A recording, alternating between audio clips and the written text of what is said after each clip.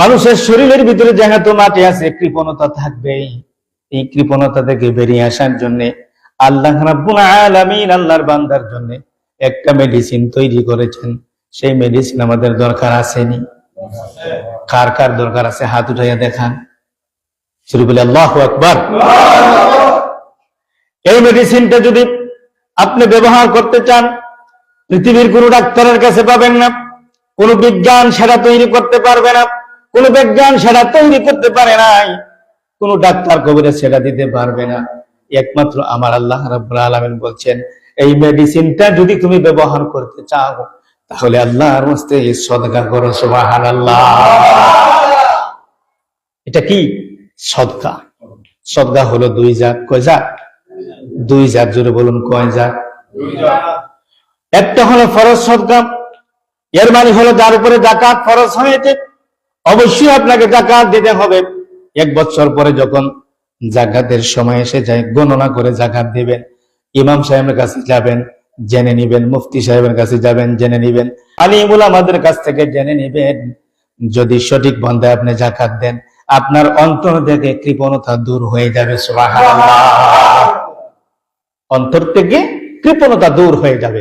এজন্য আল্লাহর হাবিব বলেছেন, আপনি যখন ভিক্ষা দিবেন, ভিক্ষুক যখন আপনার দরজায় সামনে এসে দাঁড়াবে, আল্লাহর ওয়াস্তে আপনার কাছে কিছু চাইবে, তখন আপনার শিশু সন্তানের দ্বারা ভিক্ষা দিবেন, তার হৃদয়টা প্রশস্ত হয়ে যাবে। সুবহানাল্লাহ। দান সদকাগুলা সে বুঝতে পারবে যে কিসের জন্য মানুষকে দান করা হয়। এটাও একটা উদারতা। আল্লাহর ওয়াস্তে আল্লাহর বান্দা চেয়েছে, আপনি আপনার বাচ্চার মাধ্যমে তাকে ভিক্ষা দিয়েছেন অথবা কিছু খাবার দিয়েছেন, সেও বুঝবে মানুষ অসহায় মানুষ, এরকম আসলে তাকে দিতে হয়। এবং সদকার যে ফজিলত, সেই বিষয়টা তার বুঝে আস্তে আস্তে চলে আসবে। সুবহানাল্লাহ। আরেকটা হলো নফল সদকা, যেটা আপনি যে কোনো সময় দিতে পারেন। এটা অসহায় দরিদ্র মানুষও দিতে পারে। যাদের উপরে যাকাত ফরজ হয়েছে, এটা হলো ফরজ সদকা। হজ ফরজ হয়েছে, এটা হলো ফরজ, একটু ফরজিয়াত বিষয়, সেটাকে আদায় করতে হবে। আর নফল হলো আপনি কিছু রুজি করলেন, যখন আপনি কিছু অর্জন করেন, রুজি করেন, সংগ্রহ করেন, তার থেকে কিছু আল্লাহর ওয়াস্তে দান করবেন। সুবহানাল্লাহ। কোরআন কারীমের ভিতরে আল্লাহ রাব্বুল আলামিন বলেছেন, লান তানালুল বিররা হাত্তা তুনফিকু মিম্মা তুহিব্বুন। আপনার সবচেয়ে প্রিয় যে বস্তুগুলা, তার থেকে আল্লাহর ওয়াস্তে দান করবেন। সুবহানাল্লাহ। যদি আবার বলেন যে যেটা টাকা ছিঁড়ে গেছে এইটা ফকিরে দিয়ে দিই, এটা তো চলবে না, ওখানে সালাই দিই, এটা হবে না।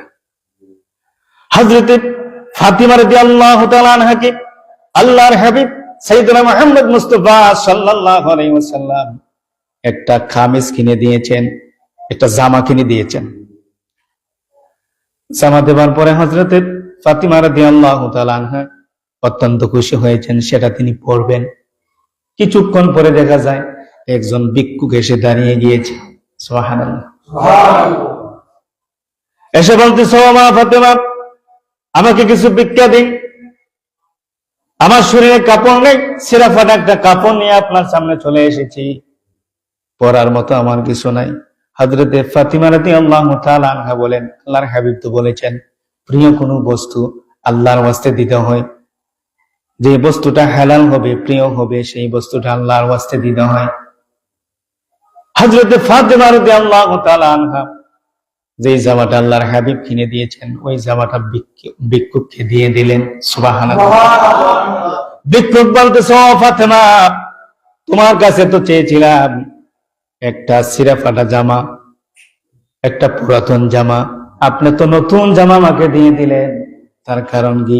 হযরতে ফাতিমা বলেন, আল্লাহর হাবিব ওয়াজ করেছেন, আল্লাহর হাবিব আমাদেরকে শিক্ষা দিয়েছেন, মহব্বতের কোন জিনিস আল্লাহর ওয়াস্তে ব্যয় করবা, লান তানালুল বিররা হাত্তা তুনফিকু মিম্মা তুহিব্বুন।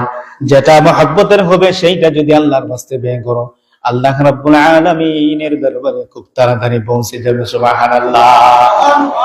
এজন্য নতুন জামা দিতে হবে সেটা বলা হয় নাই, গুরুত্ব বোঝানো হয়েছে। আপনার শরীরের জামা আপনি খুলে দিবেন, এটা বলা হয় নাই। বলা হয়েছে যে আপনি যেটা দান করবেন সেটা আপনার মহব্বতের হবে, সেটা প্রিয় হবে, এটা পুরাতনই হোক, কথা বুঝতেছেন?